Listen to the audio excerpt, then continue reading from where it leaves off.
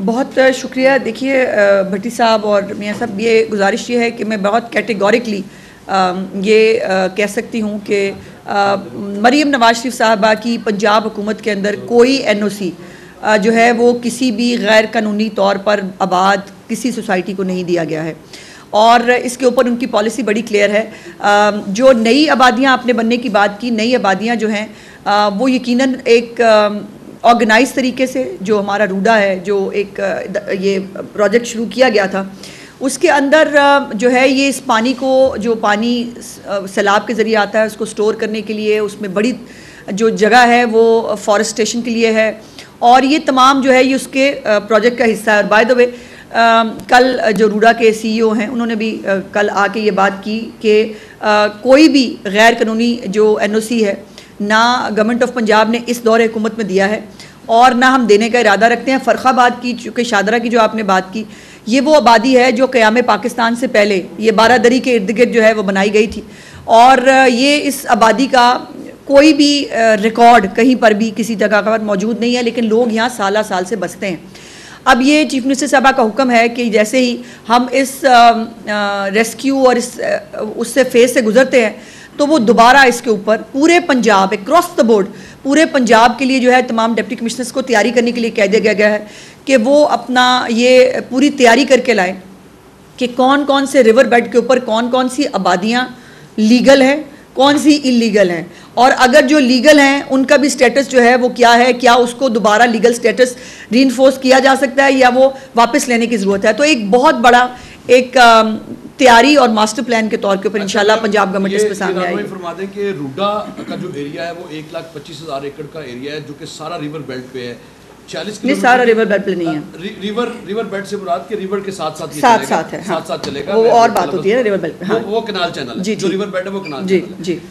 अब रूडा को शुरू हुए 2013 में पहली मरतबा रूडा का नाम सुना गया, उसके बाद 2020-21 में इस पर एग्जीक्यूशन शुरू हुई, और आज तक जो सबसे पहले काम करने वाला था इसकी बाउंड्री वॉल, इसके पुश्ते बनाने का था, उसमें तो रूडा अभी तक यानी तक भी नहीं कर सका।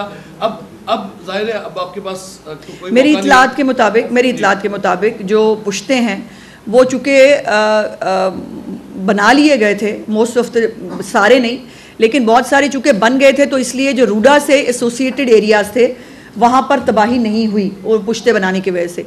लेकिन मैंने जैसे कहा कि अब जो नए हालात हैं, जो क्लाइमेट चेंज की नई इस वक्त रिक्वायरमेंट्स हैं और थ्रेट्स हैं, उन हालात के मुताबिक जो है वो पंजाब एक्ट करेगा। और चीफ मिनिस्टर साहबा इसके ऊपर बहुत क्लियर है कि तमाम तर जो स्ट्रेटजी और प्लानिंग है आने वाले सालों के लिए वो पंजाब को बनानी होगी, जिसमें छोटे बड़े डैम्स जो हैं, रेजरवायर्स, ये तमाम, और फिर ये डैम्स के ऊपर जो सियासत है अब इसको ख़त्म करके हम सबको एक टेबल पे बैठ के अपने लोगों को बचाना होगा।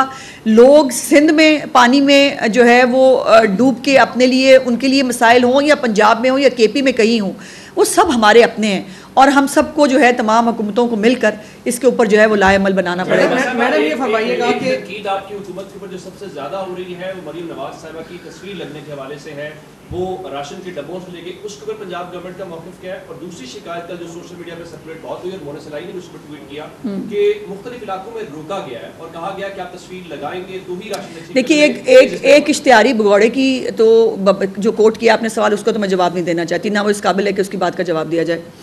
मैंने उसी की बात की थी, अगर आपको मैं बता सकूं, जो मैंने वो कैंप की बात की वो उसी से एसोसिएटेड है, और जब जो है वो उसको एक सियासी इशू बनाया गया, मेरे पास जवाब है उसको देने का। हमारे पास ये इतलात भी हैं कि कुछ यूट्यूबर जा रहे हैं और जाकर वो क्या कह रहे हैं वहाँ पर जो लोग मौजूद हैं उनको, कि आप जो है वो ये बयान दें, हम ये रिकॉर्ड करना चाहते हैं। हमारे पास इतलात हैं, उसके ऊपर एक्शन भी हो सकता है, बट नहीं, इस वक्त हमारे पास ये टाइम नहीं है। और लेकिन ये है कि ये दरख्वास्त ही की जा सकती है, क्योंकि उनका प्रोपेगेंडा करना, उनका मुल्क में फसाद इंतशार फैलाना उनका एजेंडा है, लेकिन इस वक्त हमारे पास उसको एजेंडे को जो है वो मतलब जवाब देना उनको स्ट्रेंथ देने के मुतरादिफ है, तो उसको जवाब देने की, सो ये जो भी कैंप्स लगाएं, सिर्फ गुजारिश ये है कि वहाँ पर जो बुनियादी सहूलतें हैं वो ज़रूर दें। खाली एक कैंप लगा के उसके ऊपर टेंट लगा के वो लगा के ना बैठें, लोगों को टॉयलेट की सहूलियात, वहाँ पे खाने पीने की, मेडिकल की सहूलियात वो दें। हम क्यों नहीं चाहेंगे कि वो हो।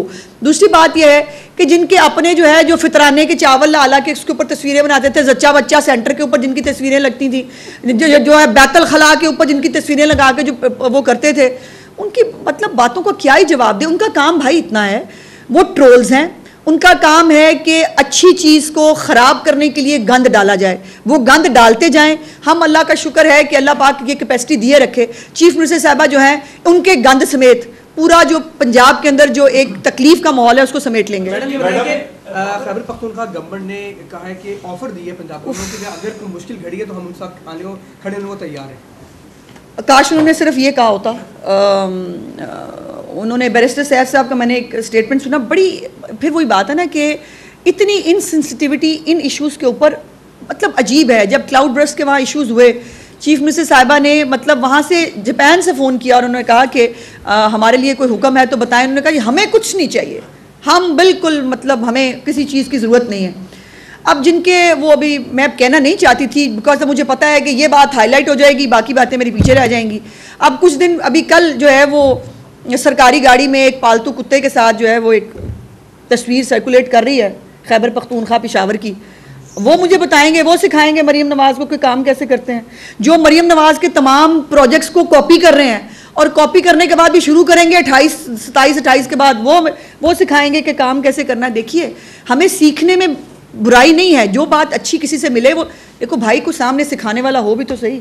अब वो जिनकी आंख ही नहीं खुलती, जिनके पल्ले ही कख नहीं है, वो हमें सिखाएंगे तो फिर क़यामत की निशानी है ना। अच्छा मैडम, ये तारीख का सबसे बड़ा सैलाब कहा जा रहा है और 23.5 लाख से ज़्यादा लोग अभी तक अफेक्ट हो चुके हैं। मैडम सीएम जो है खुद भी विजिट कर रही हैं। अभी भी मैं कई अजला में गया हूँ, वहाँ पर उनकी डिस्ट्रिक्ट गवर्नमेंट की कैपेसिटी नहीं है कि वो इतने बड़े। कौन से अजला प्लीज? नारोवाल में गया हूँ, वहाँ पर फायद साहब भी गए हैं, हमें वहाँ पर डिस्ट्रिक्ट गवर्नमेंट की कैपेसिटी नज़र नहीं आई। Capacity in what means? Medical camp, लोगों को ब्याज चाहिए, लोगों को खुराक चाहिए, लोगों को पानी चाहिए। अब देखिए कैपेसिटी बहुत बड़ा वर्ड है भाईजान, और इसलिए मैंने आपसे मैं चाहती थी कि मुझे अगर खुल के सूरत हाल पता चले। नारोवाल ही वो इलाका है जो सबसे पहले इफ़ेक्ट हुआ सैलाबी रैला छोड़ने की वजह से। सियालकोट और नारोवाल वो दो इलाके हैं जो जम्मू के बिल्कुल करीब हैं, और जम्मू के अंदर जो तुगयानी थी वहाँ से चंद घंटों के अंदर, गालिबन 2 घंटे से भी कम अरसे के अंदर वो पानी जो है वो आया। और इस दफ़ा तो सिर्फ पानी नहीं, नाले जो ओवरफ्लो होना शायद ही कभी आपने सुने हो, नाले अनप्रेसिडेंटेड ओवरफ्लो हुए। और सारे नाले, सिर्फ नाला डैक नहीं, नाला 1B, सारे नाले जो है वो अनप्रेसिडेंटेड ओवरफ्लो हुए। करतारपुर के अंदर जितना पानी था उसके इर्द गिर्द जितना पानी था 24 घंटे के अंदर वहाँ से पानी की निकासी की गई। वहाँ पर जो लोग मौजूद थे, देखिए गुजारिश ये है कि कई जगहों पर लोगों ने खुद वॉलंटरीली जो इनखला किया उनकी मेहरबानी है, बट मोस्टली लोग घर छोड़ना नहीं चाहते और वो खुद अपनी मर्जी से घरों के अंदर, कईयों को तो फिर एक होता ना कि अब तो हमें एक थोड़ा सख्ती भी करनी पड़ी कि प्लीज़ खुदा के वास्ते यहाँ पर इस पानी से निकलिए।